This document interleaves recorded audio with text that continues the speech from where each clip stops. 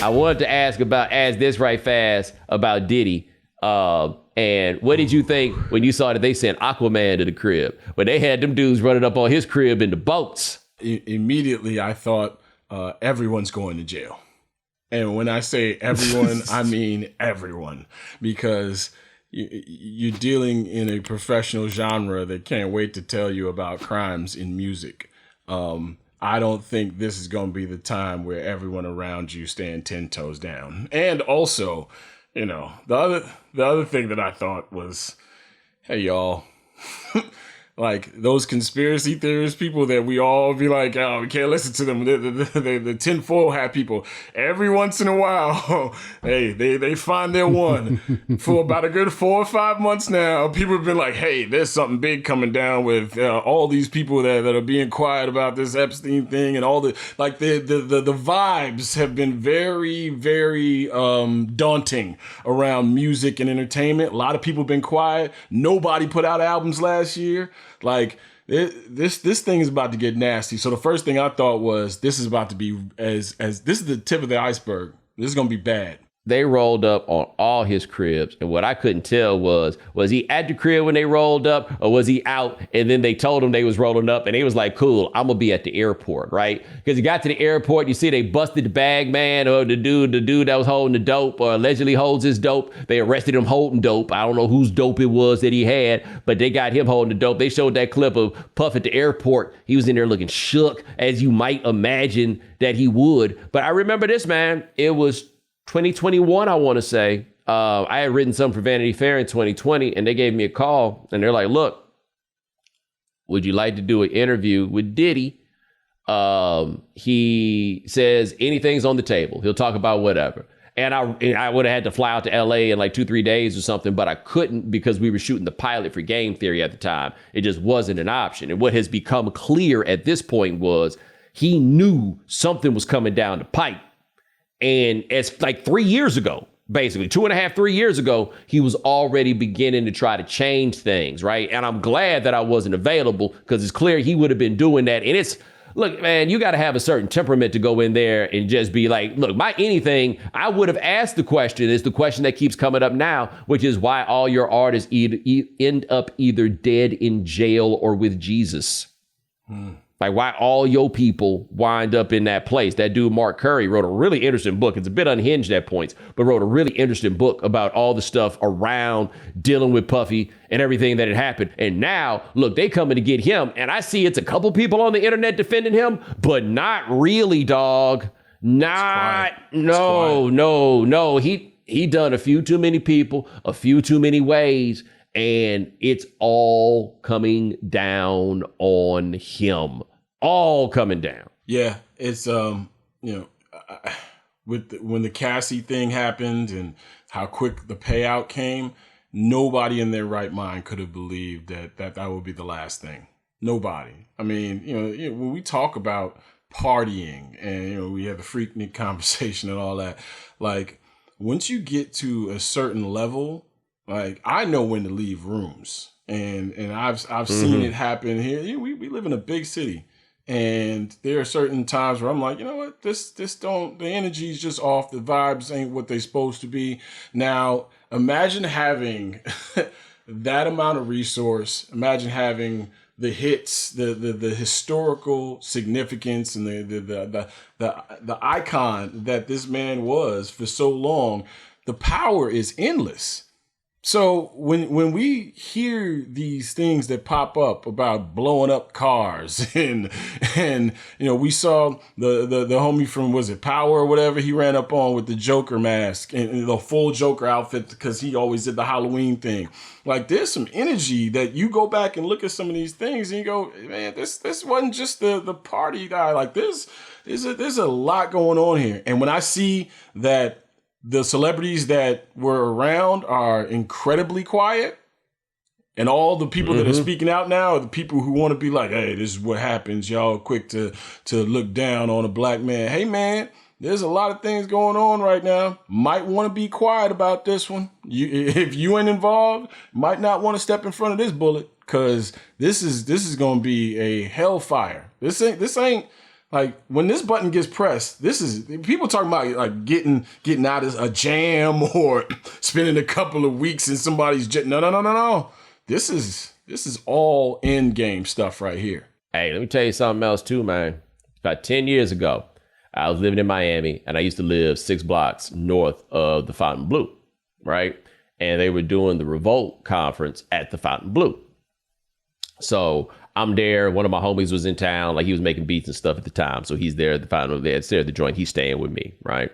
And so I am walking through the Fontainebleau, and this may have been the year.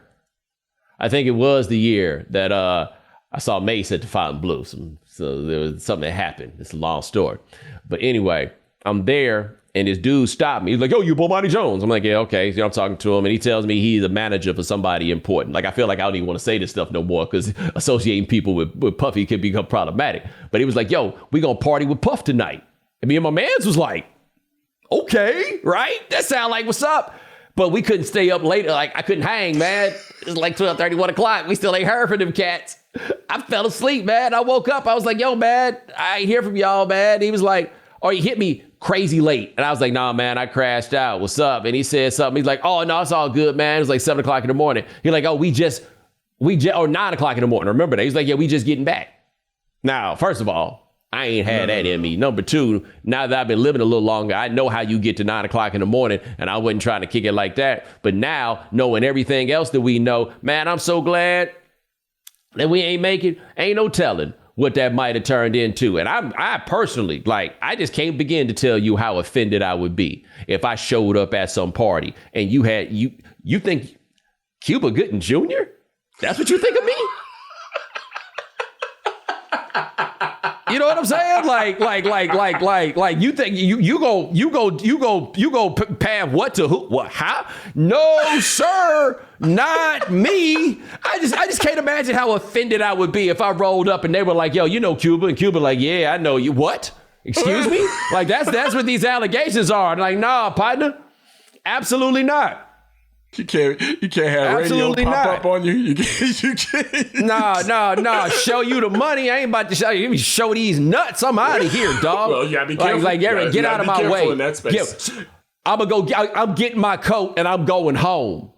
Yeah. No, 9 a.m. I'm long gone. We ain't doing that. Yeah. No, I'm cool on it. No. We've all been around the energy when it's not what it's supposed to be. And no one is lamer than a bunch of famous people in a room. Right? Because then it's like, it's the stare-offs, it's the weird energy. And just think about the people who left those parties and it's like, all right, now we could do what we do, y'all. You know what I mean? Like, the nerds have left. You know what I'm saying? Like, I'm cool, man. I had somebody tell me that in that world, it's like a clear sign / moment of like, get on and get gone. Basically, like it's not going to sneak up on you. You're going to, but here's my question. What happens if you show up late and that decision has already been made, but you wasn't there? You just thought you was showing up at the party, but you got caught in traffic, right? like the motherfucker at the gate wasn't letting you through. You pull up with a can of Pringles, you know what I'm saying? Yeah. Like you got a 12-pack of Corona. You just like, yo, where the party at, right? And little did you know that the party was over and the problems had begun. But the real G's, in that world probably was like, you know what? Bet. Go back to the car like white men can't jump. I'm gonna go back to the car, get my Econo, jar of you dig. You rolled up in there like that scene in the Dre Day video where Easy rolled up and was like, hey! And then just rolled right back out. That's what this has got to be. This is not what I thought. Firm decisions. No, thank you for the invite. No, you're going to see, it's going to be more story. Like, I mean, all of us, I think, had the same moment. When Kid Cudi was like, yes, Diddy did try to blow up my car. That's wild. Yo. That is wild.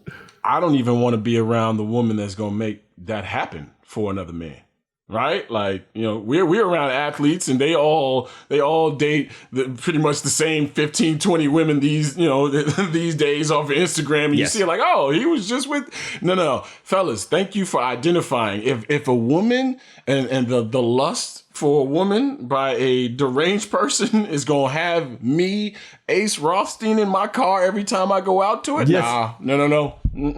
You playing a different game, player. People out here, well, why don't nobody say nothing about Puffy? I don't know if you heard, but he allegedly out here blowing people's cars up. Like, what is your life where you even got somebody to call for this? Like, hey, you know what to do. So don't go back and listen to What's Beef. Because when you go back and listen to What's Beef, Gutter, whether it was true or not, Gutter, that's, like those individuals are probably in these circles that we're now finding out about. Right. So, nah, you cool. I don't even, I'm 43. Like at this point, like a fist fight is a business decision.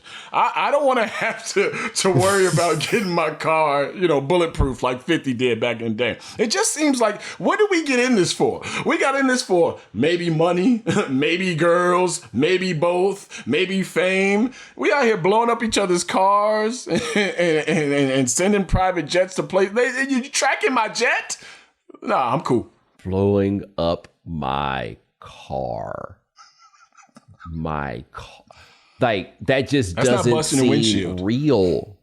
Yeah. No. Yeah.